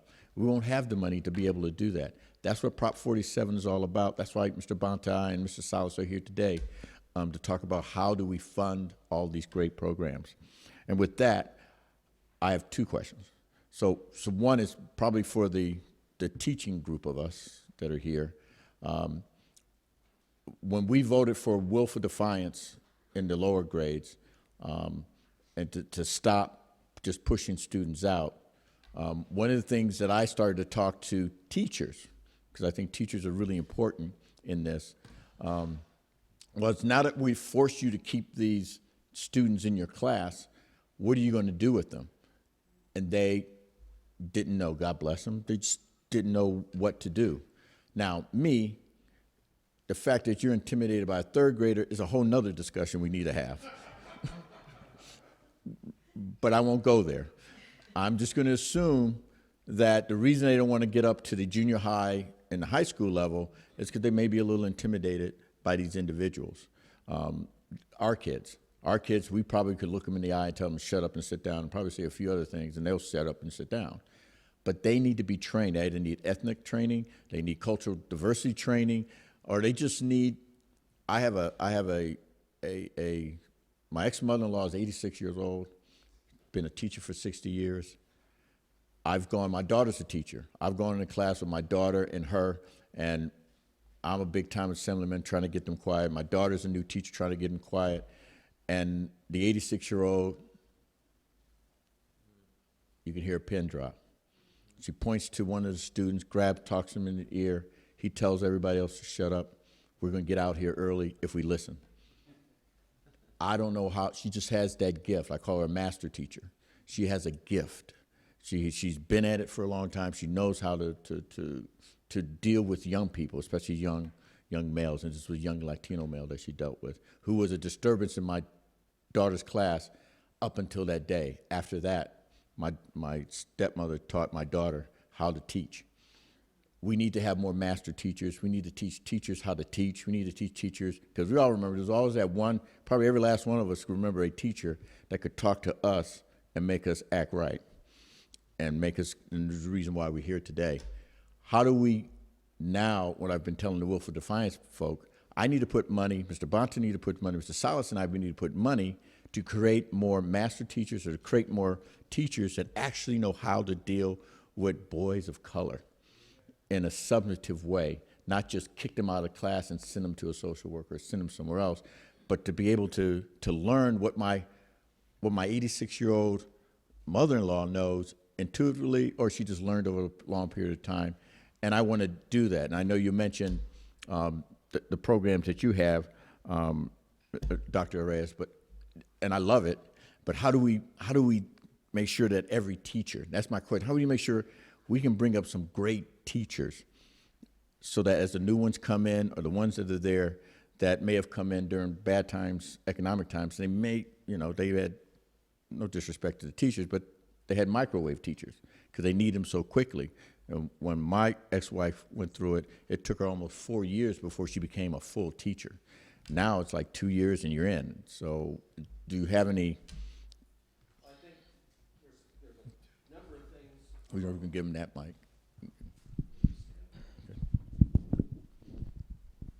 It's a tough question at a tough time because across California you have a huge teacher shortage right now. It's probably the largest teacher shortage we've ever faced in the history of our state. So it's very difficult to find teachers, let alone qualified, highly educated teachers that are masters at their craft, like your stepmother, or is it? Yeah, my mother-in-law. Mother-in-law, excuse me.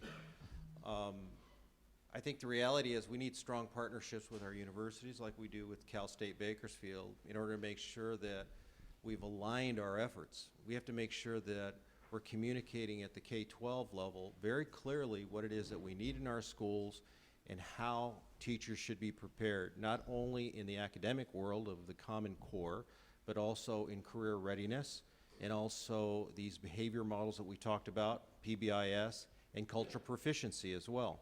We have to make certain that our teachers that are coming out of our universities have a strong partnership with our K-12s and are focusing on those particular elements in their education. So one thing we all need to do is encourage people to go into the teaching profession.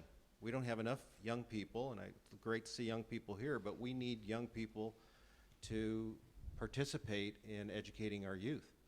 And then we, as educators, Dr. Mitchell and myself and all of our educators, we need to make sure that we continue to collaborate about what those skills are that our teachers need, and that we create coherence, that we create connections to what's really needed in a classroom setting.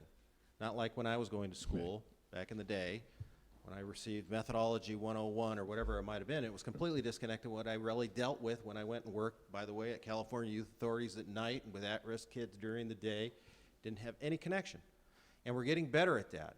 But I think anything that you can do to encourage that collaboration and that sharing of practices is the best way to go. I don't know if it's a mandate, to be honest. I think it's something that I'd have to think about that and study it. I'd like to know and understand that a little bit more, how we could impact that. But the California Teacher Commission probably has something to do with that discussion. We should be talking to them about how we are communicating with our colleges and our universities, particularly Cal States and UCs, and what teachers are learning and what kind of practicums take place that are more hands-on in a classroom setting of today. That includes culture proficiency, PBIS, Common Core standards. Thank you. Go ahead.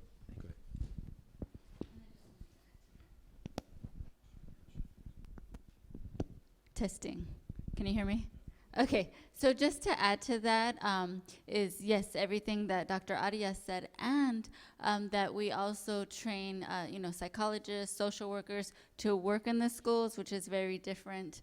And just to give an example of a site visit that we did at Greenfield School District, which is nearby, where they told the story about these there were 3 or 4 boys, 3rd and 4th graders, who were bullying a girl.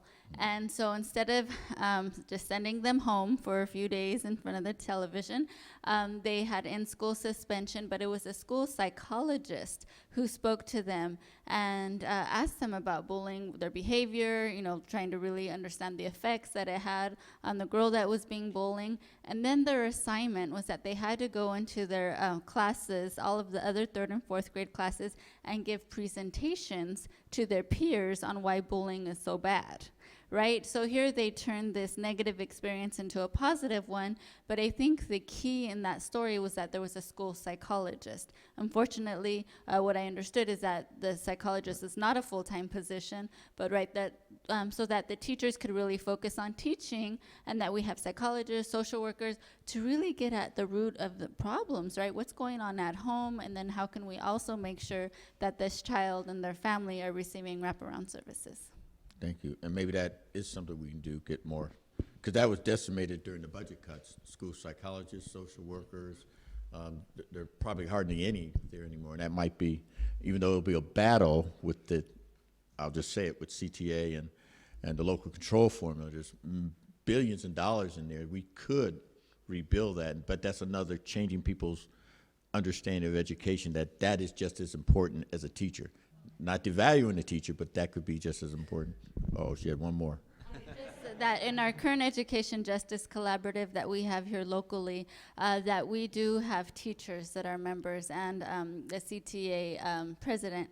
And so that culture is also changing where, you know, teachers were really against these programs and understanding now the value. And so I think that teachers are coming around as well, you know, to seeing the value in these programs. Okay, and then one more.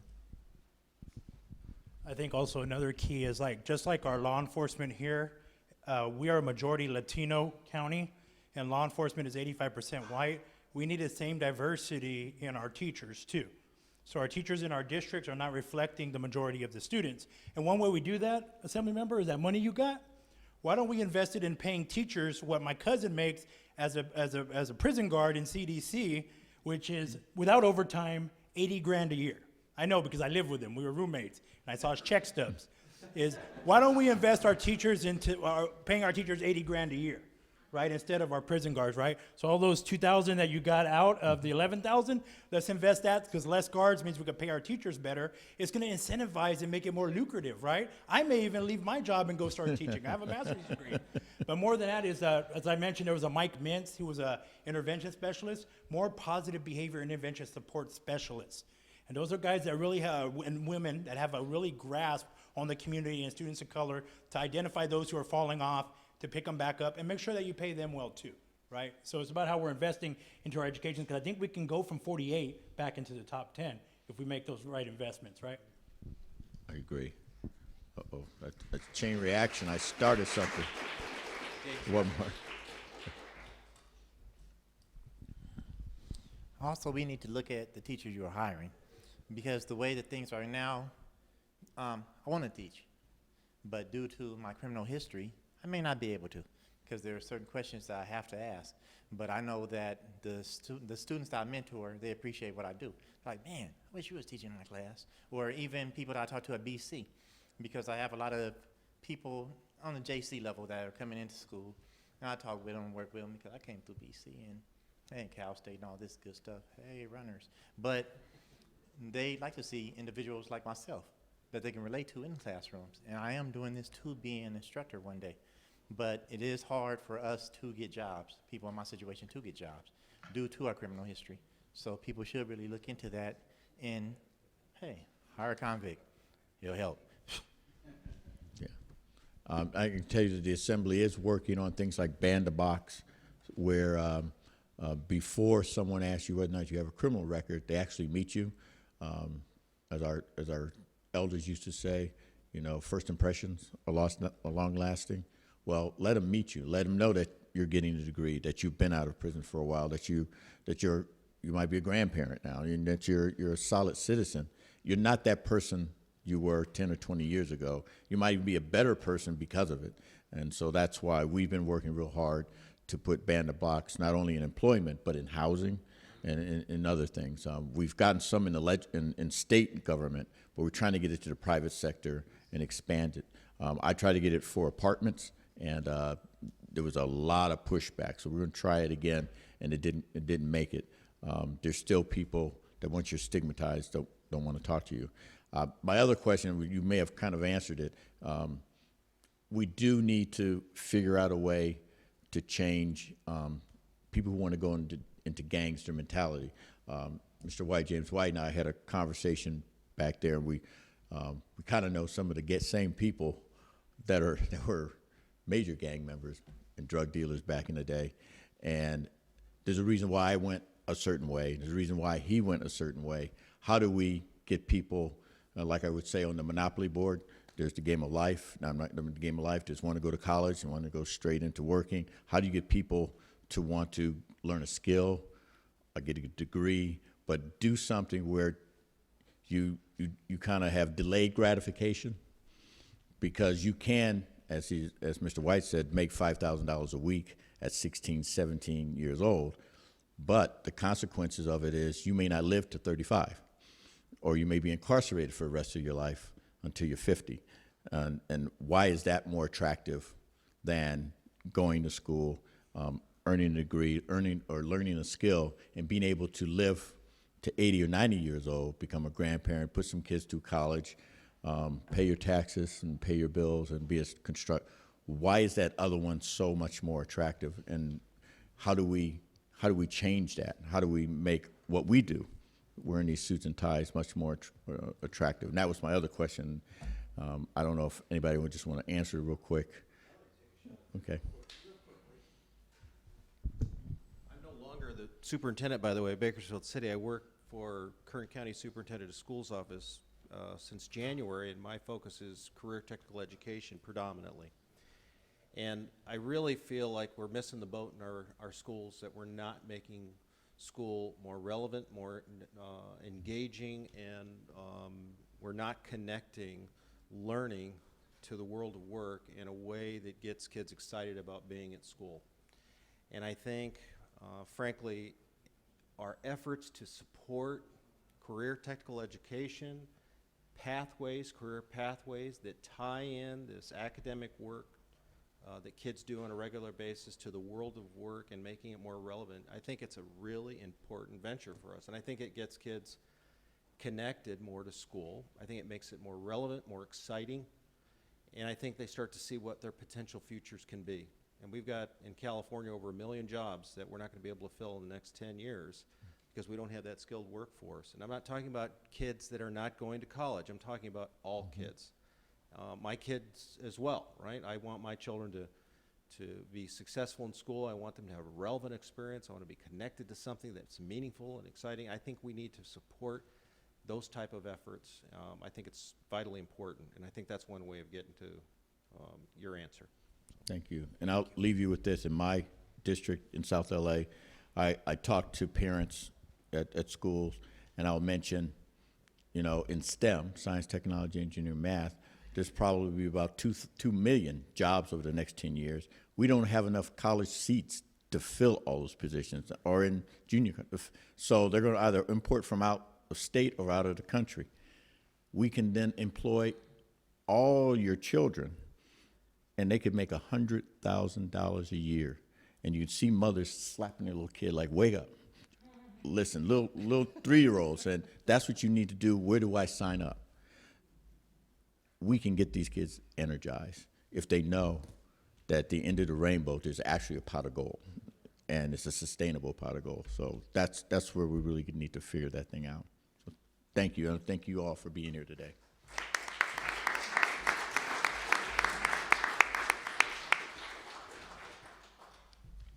All right. I guess there's probably going to be time for a couple of questions from the audience, and so those of you who have a question from, how many might have a question? We got one question, a couple of questions. Okay. Come on up, and we'll start off with Dolores, and then we'll have you come up first. Okay, Dolores, go ahead. Thank you. I just wanted to make a couple of comments also of things. It was addressed the fact that we do have huge racial disparities in the Kern High School District. Although it was stated 72% of the students are children of color, only 18% of the teachers are of color. And so this really affects a lot in terms of the way that the students are treated, the way that the students are seen, and it goes to, again, encouraging students to want to excel. When you have the mindset, and not only of some of the teachers, but some of the school board members. And I am going to quote, or not exactly, but when we had one of the school board members said to us in a private meeting, well, all those kids down there, and those farm worker kids, and those parents who have the kids in the oil fields, they don't really want them to go to college. I mean, that is kind of the mindset. So it's kind of like already established that these farm worker kids. And then we have the issue of retaliation, where you have some of the principals or teachers that are trying to do stuff for the kids, and then they get retaliated against. And we had one case where we had the principal of a very successful high school for farm worker children who had great API scores, and college-ready students. And because he brought some of these issues up to the school board trustees, they retaliated against him, and where he was a principal of a high school, he is now teaching adult education to just a few students. I mean, and he brought up the issues of the racial disparities. His name is Jaime Quinones, and that was just a really sad case of what happened here. The other issue too is that we have the issue of guns.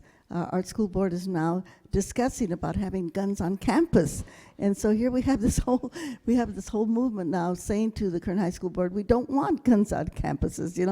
This is so crazy, and this is a big movement. And you'll see in some of the material that we presented there from the Dolores Huerta Foundation, also the whole issue of our transgender students, where we had to really make an issue about implementing AB 1226, that transgender students may use the bathrooms of their choice. And it has become a big issue in the Kern High School district, which it shouldn't be an issue at all. Then, and Camila did mention this, and I just want to emphasize this, and that is where the supplemental concentration funds are being spent. She did refer to it, but this is another issue that we have, is that the special concentration funds that are supposed to be going to our low income, our English learners, students, our disabled students, sometimes that is going to the whole school district, and they are saying, well, okay, it's okay to do this because, over 50% of the district are kids of color. But the money is not going where it should be going, and that money is being spent, in the schools that really don't need it, the schools that are already very well funded and have these great programs where the kids, where we have our low-income students there and the English learners are not receiving the monies that they should. Thank you. All right, thank you, Dolores. And we're about out of time, so we have one question left. Yes, I work here as an artist, so bear with me. I'm the chair of the Quiet Sioux Tribe of Tejon. There's 100,000 members of the tribe in Kern County, and we make up about 1/5 of the population here. Yet I'm the only one on this campus. We are unable to go to college for a number of reasons, and it's not, not to blame anybody. But the problem is the system itself. It began, like, for instance, California didn't end the California slavery law until 1962. I was sold in 1960 and used and abused until 1962. I'm an exalt of a slave. And my family, the long line of that. So that's in us too. There's fear and all of that. But funding, most of us live in houses where there's no running water or electricity. They just had the Erskine fire up here. It went through, it burned 250 white homes, which they counted, and 720 Quiet Sioux homes, which they did not count. The state of California did not count those. And we get no support whatsoever. And we live in most places where there's no car transportation, so we don't get counted on the census.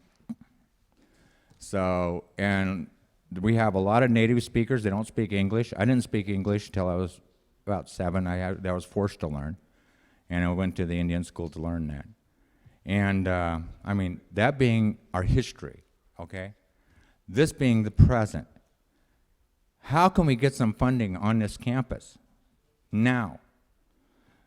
President Mitchell's tried very hard. We have had no luck whatsoever in getting any funding or support for my tribe on it. We're the only treaty tribe, by the way, in California. We signed our treaty in 1849. It was ratified in 1850. Before California became a state. So we're recognized under the Ninth Circuit Court and the U.S. Supreme Court, but not under the federal recognition process. But we do appear in the previous Congressional Globe, and what was the other one? I can't remember. But anyway, before this all is before the present day record keeping, federal record. But state of California sold us. That was the state selling me, the county sheriff's department. I was sold. Over 1 million of us were killed for 25 cents a scalp, funded by the state of California, buried in mass graves at Tejon Ranch. We have those records. I've got pictures of us hanging on crosses there. Those images pop in our heads constantly. And we're supposed to come here and learn your way. Well, how do we best do that? We have to create a community here, a support group. We don't, any schools we go to, there's no Kauai Sioux speaking people and no Kauai Sioux teachers because we can't get through college. And I know this is a WAN session, okay, I know that. But it's like the truth. And it just slaps us in the face every time we turn around. It's not our fault, and it's not anybody else's fault. Let's quit the blame game, and let's do something about it. Okay, most of us are ex-veterans. I served 14 years under the UN, Devil's Brigade. My father was a code talker. He got a medal for it. My grandfathers were code talkers in World War I and got medals for them. We're loyal to the United States government. But where does loyalty cut off? We sent 57 soldiers up to North Dakota from our tribe. We have our own court system. We have our own everything system. We have our police system. We have never quit that. And the thing is, we operate from treaty law, which supersedes U.S. constitutional law. And we know that. And we've been encumbered by the Spanish, the Mexicans, now the Europeans. We know what that is. We have a long history, and we know exactly what it is. The oral history, I can go on for months on this. I know it. But the thing is, I can bring you the records even. I have a warehouse full. That's not the problem. The problem is we need to educate our own as everybody else does, for once. Give us a chance. That's all we're asking. And it's going to cost millions to do it. Not, you're talking, they're taking billions from our reservation land at this point. What are we asking, for a few million to come to this campus? They're taking billions. Our reservation land takes up from San Luis Obispo, south of Los Angeles, over to the Arizona border, up to Death Valley, and back to San Luis Obispo. That is our treaty land. We aren't making any claims on that. So let's just educate ourselves, and all of us can do it, okay? That's all we're asking. Thank you. All right, I think we've gone over time. Okay, one last question. Comment. Thank you, Dr. Martinez. My name is David Villarino, and I'm president and CEO of the Farm Worker Institute of Education Leadership Development. Founded by Cesar Chavez. I worked for over 30 years with Cesar and Dolores. My question to the state representatives is the following. There's two questions. Is there a way that you can preclude, well, first of all, we all know that a healthy individual starts with envisioning themselves in some way or form as leaders or to, their self-worth.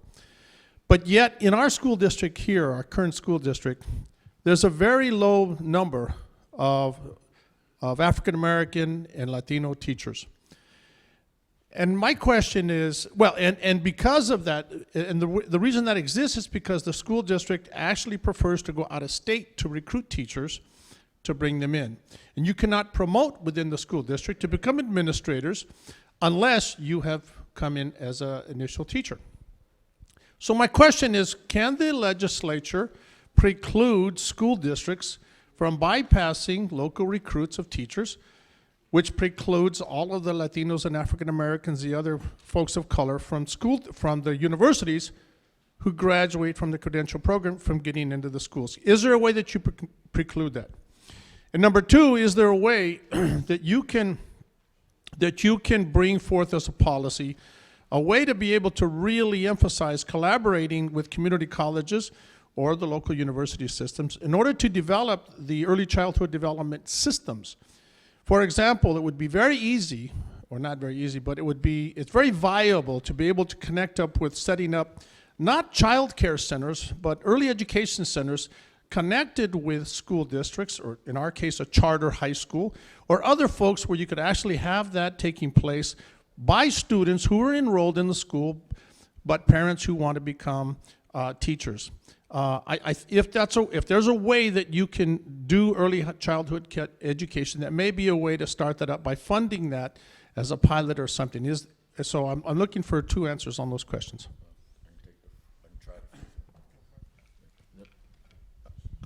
Let me attempt to answer the first one, especially since that is something I personally will look into as far as hiring more people of color to be teachers.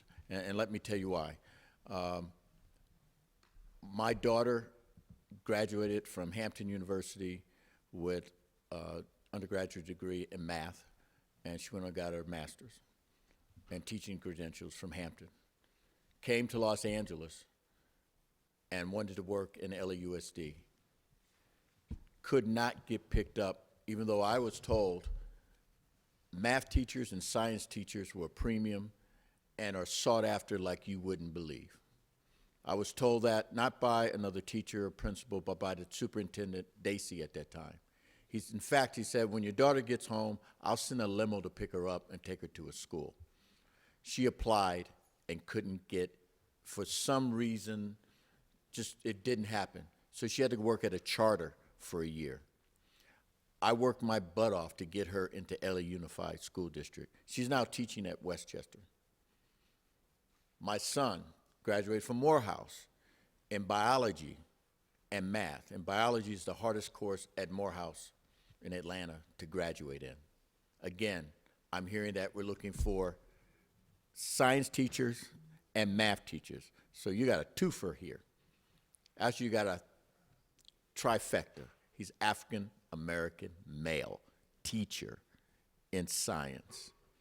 He's at a charter now in Watts teaching because LA Unified can't move fast enough to get him in.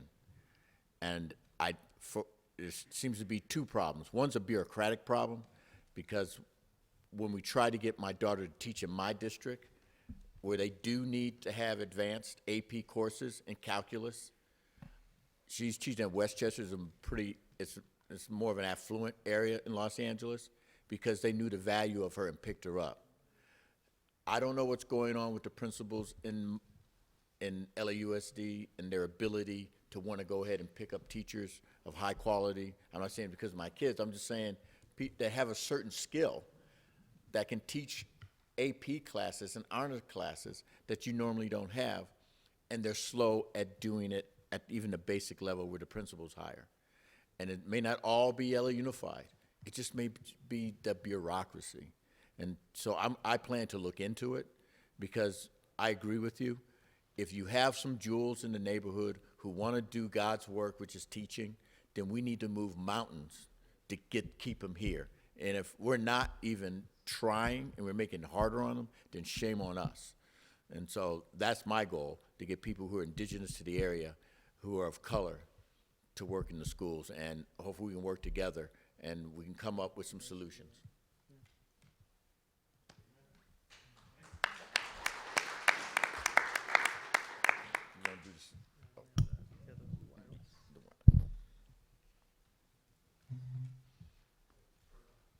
Turn it on. Test. Okay, we're going to go ahead and start closing. Obviously, anybody that presented here today will be here afterwards if you have individual questions or something you want to ask. But let me first, as we start with our concluding remarks, let me thank both of the co-chairs that came out, because out of all the communities, out of anywhere else they could have came in the state, they decided to come here. They decided to come and listen to our stories.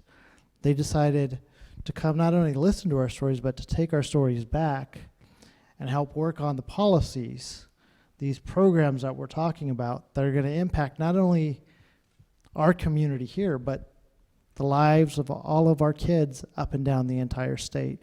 So whether we're talking about positive programs, whether it's PBIS or whether it's moving away from a solution of only medicating, right, since we're talking about health here today, and talking about those programs that support individuals, that show them another path, that says, let's not just, lead them to expulsion or suspension, but actually find a way for them to be successful. I want to just thank Assemblymember Bonta and Assemblymember Jones-Sawyer. So let's give them a round of applause for even coming out here.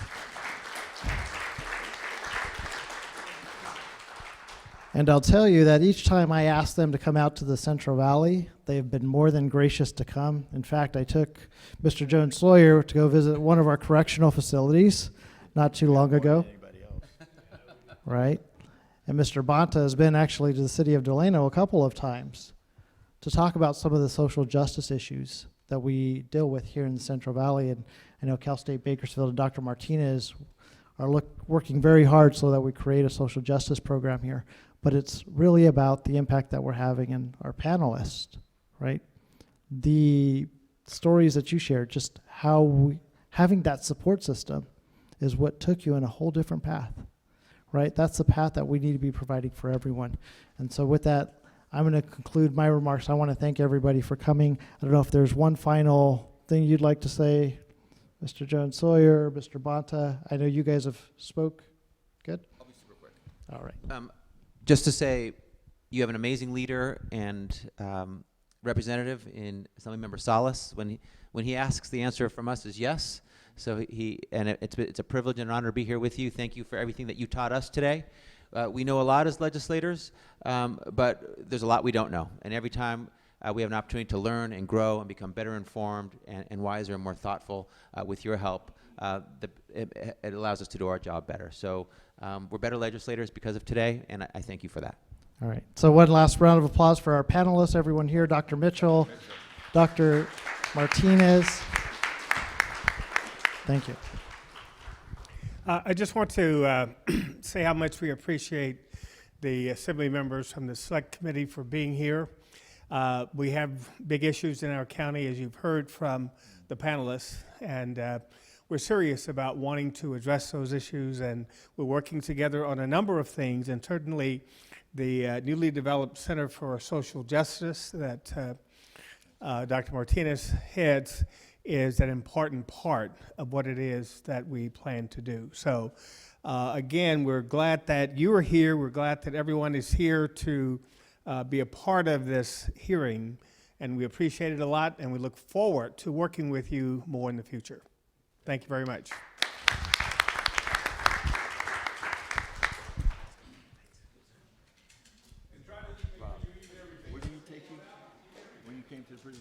We were in Delano, so we did some stuff with like the farm workers. We had a UFW 50-year anniversary thing. Yeah, but this fucker took me to prison. He took it with Reggie. He's going to prison.